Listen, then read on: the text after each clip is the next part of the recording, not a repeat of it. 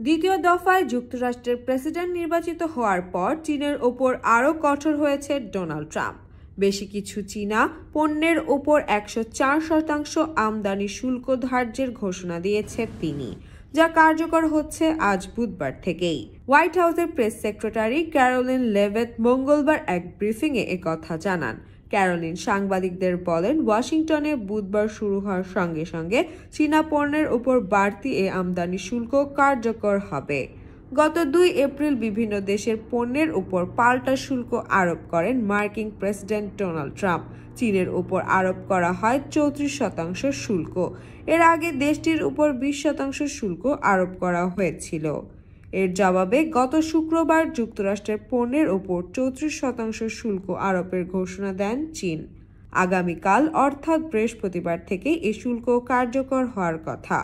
তবে বেইজিং নতুন করে যে শুল্ক আরোপের ঘোষণা দিয়েছে সেটা প্রত্যাহার না করলে দেশটির পণ্যের ওপর আরও শুল্ক আরোপের হুমকি দেন ট্রাম্প।